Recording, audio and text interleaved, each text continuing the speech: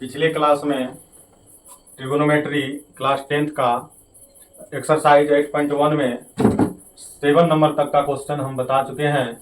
अब 8 नंबर से हम बताना शुरू कर रहे हैं।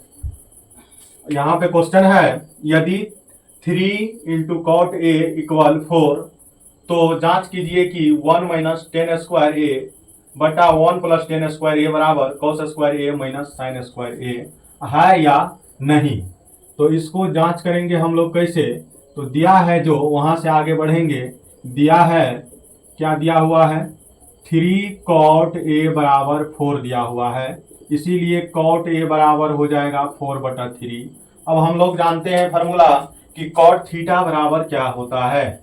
कॉट थीटा बराबर आधार बटा लंब होता है। कॉट थीटा बराबर आधार बटा लंब होता है। तो यहां से हम लोग को पता चल गया कि आधार का मान 4 है और लंब का मान 3 है। अब पाइथागोरस प्रमेय लगाएंगे। अब पाइथागोरस प्रमेय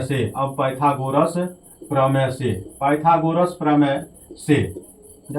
प्रमेय इसलिए लगाते हैं कि यहाँ पे हम लोग को कर्ण निकालना है। कर्ण को h से सूचित करते हैं। h बराबर under root P square plus B square हो जाएगा। p का मान है 3 का स्क्वायर, b का मान है 4 तो 4 का स्क्वायर, 3 तिया 9, 4 चौके 16, 16 9 हो जाएगा 25, 25 का वर्गमूल हो जाएगा 5। अब यहाँ से हम लोग देख रहे हैं कि tan a और cos a और sin a का आवश्यकता है, इसीलिए tan a बराबर tan थीटा बराबर होता है लंब बटा आधार यानी p/b होगा, या cot a को उल्टा देंगे तो ये मान प्राप्त हो जाएगा 3/4 हो गया। अब sin a का भी आवश्यकता है, तो sin थीटा बराबर लंब बटे कर्ण होता है, p है 3, h है 5। cos थीटा बराबर होता है आधार बटा कर्ण, आधार है यहाँ पे 4 और कर्ण है 5। अब यहाँ से हम लोग जांच करेंगे, LHS लेंगे, बायां पक्ष जिसको बोलते हैं हिंदी में। तो बायां तरफ ये है, तो ये हो गया बायां पक्ष LHS, 1 माइनस टेन स्क्वायर ए बटा 1 प्लस टेन स्क्वायर ए। अब यहाँ पे मान रखेंगे 1 माइनस टेन, ए का मान है 3/4, तो 3/4 का स्क्वायर पूरे के बटा में 1 प्लस 3/4 का स्क्वायर हो जाएगा। 1 माइनस अलग अलग ऊपर नीचे करेंगे तो 3 तिया 9/16 हो गया। अब यहाँ से 1 प्लस ये हो जाएगा। अब यहाँ से जो है लघुत्तम लेंगे तो 16, यहाँ हो जाएगा 16 माइनस 9, यहाँ पे लघुत्तम लेंगे तो 16, यहाँ पे हो जाएगा 16 प्लस 9, तो 16 में से 9 घटेगा तो 7 बचेगा, तो 7/16 हो गया, 16 9 25/16 हो गया। अब यहाँ पे देखेंगे तो 7/16 ये 16/25 हो जाएगा, ये कट जाएगा तो 7 हो गया 25। अब LHS से ये आ गया। अब RHS में क्या है उसको देखते हैं। RHS में है cos स्क्वायर ए माइनस साइन स्क्वायर ए। तो cos a का मान यहाँ से आ गया है 4/5, तो 4/5 का यहाँ से स्क्वायर करेंगे, और साइन a का मान है 3/5, तो 3/5 का भी स्क्वायर करेंगे। ऊपर नीचे अलग अलग स्क्वायर तोड़ देंगे तो ये हो जाएगा इतना, ये 9 3 तिया 9 5 25। अब लघुत्तम हो जाएगा 25, तो 16 में से 9 घटेगा तो 7 बच गया, तो ये हो गया 7/25। अब यहाँ से स्पष्ट है, इससे यदि इसको समीकरण 1 मान लेते हैं, इसको समीकरण 2 मान लेते हैं, तो अब समीकरण 1 तथा 2 से, अब समीकरण 1 तथा 2 से कह सकते हैं हम लोग कि LHS बराबर RHS या 1 माइनस टेन स्क्वायर ए बटा 1 प्लस टेन स्क्वायर ए बराबर cos स्क्वायर ए माइनस साइन स्क्वायर ए। तो ये दोनों में से कोई भी चीज लिख सकते हैं। LHS बराबर RHS हो गया। तो यहाँ पे कह रहा है ये बराबर है या नहीं, तो ये बराबर है, आंसर क्या हो जाएगा, है। अब यहाँ तक में ये क्वेश्चन कंप्लीट हुआ। अब एक्सरसाइज 8.1 का क्वेश्चन नंबर 9 है, त्रिभुज ABC में जिसका कोण B समकोण है, यदि tan a बराबर 1/√3 तो मान ज्ञात करना है sin a into cos c plus cos a into sine c, और 2 नंबर में है cos a into cos c minus sin a into sine c। अब इसमें हम लोग देख रहे हैं एंगल A से वैल्यू मालूम है हम लोग को, एंगल A पर ये वैल्यू दिया हुआ है। त्रिभुज दे दिया है ABC और ये समकोण त्रिभुज है, स्पष्ट है कि B कोण समकोण है।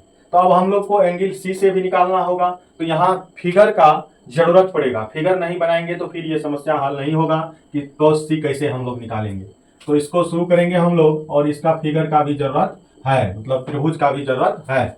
ABC त्रिभुज में कोण B है समकोण, त्रिभुज ABC में कोण बी दिया हुआ है, समकोण है। त्रिभुज ABC में कोण बी समकोण है, तो बी का स्थान यहाँ होगा, तो ए वहाँ दिए तो सी यहाँ देना होगा। त्रिभुज ABC में कोण बी समकोण है।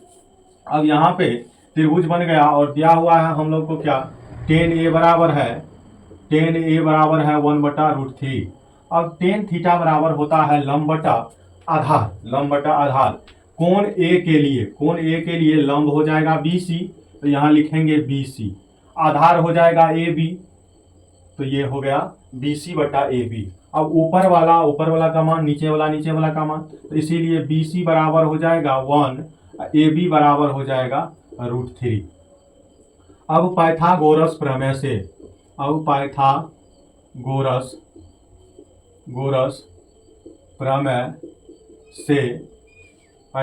प्रमेय से चलेंगे, तो यहाँ पे BC और AB मालूम है, AC कर्ण है, तो AC बराबर अंडर रूट हो जाएगा लंब स्क्वायर जोड़ आधार स्क्वायर, तो AB स्क्वायर जोड़ BC स्क्वायर। तो AB का मान है √3, तो √3 का स्क्वायर जोड़ 1 का स्क्वायर, √3 का स्क्वायर करेंगे 3, 1 का स्क्वायर 1 होगा, ये 4 हो गया, 4 का वर्गमूल हो जाएगा 2। अब ये कर्ण आ गया 2, तो यहाँ से sin A cos C का आवश्यकता है, तो इसीलिए sin थीटा बराबर होता है लंब बटा कर्ण। A के लिए लंब है BC, कर्ण नहीं बदलता है, तो बटा में हो जाएगा AC।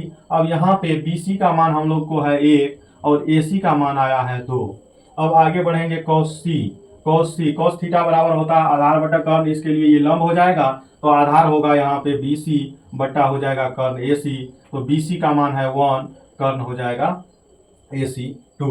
अब cos A sin C, cos A भी निकालना है, तो cos A बराबर A के लिए लंब हो जाएगा BC, तो यहाँ cos थीटा बराबर आधार बटा कर्ण होता है, तो AB बटा हो जाएगा AC, तो AB का मान है √3, AC का मान है 2।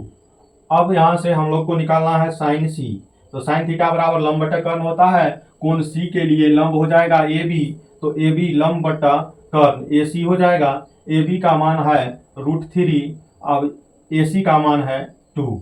अब इसमें हम लोग को sin A मालूम हो गया, cos C मालूम हो गया, उसके बाद cos A sin C मालूम हो गया, तो ये एक नंबर निकल सकता है, निकल सकता है नहीं।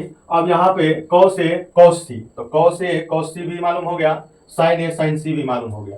मतलब 1 नंबर और 2 नंबर दोनों को यहाँ से हम लोग अब सॉल्व कर सकते हैं, जितना मान का आवश्यकता था वो सब निकाल चुके हैं। अब sin A into cos C plus cos A into sin C, तो sin A का मान यहाँ से आया है हम लोग को 1/2, cos C का मान आया है 1/2। अब यहाँ से cos A का मान है √3/2, sin C का मान है √3/2। अब इसका कैलकुलेशन करेंगे तो 1 गुना 1 1 होगा, 2 दूना 4 होगा, √3 को गुना करेंगे 3 होगा, ये 2 दूना 4 हो गया, 4 इसका लघुत्तम होगा, 1 जोड़ 3 होगा, तो 4/4 कैंसिल हो जाएगा, सेम चीज है, तो ये इसका आंसर हो जाएगा। अब 2 नंबर में जो क्वेश्चन है क्या है, cos A into cos C minus sin A into sin C, तो cos A का मान यहाँ से हम लोग को मालूम है √3/2, cos C का मान मालूम है 1/2 माइनस sin A का मान मालूम है 1/2, sin C का मान मालूम है √3/2, तो अब ये हो जाएगा √3/4 माइनस हो जाएगा √3/4। तो यहाँ से हम लोग देख रहे हैं ये दोनों सेम चीज है, तो घट करके ये हो जाएगा 0।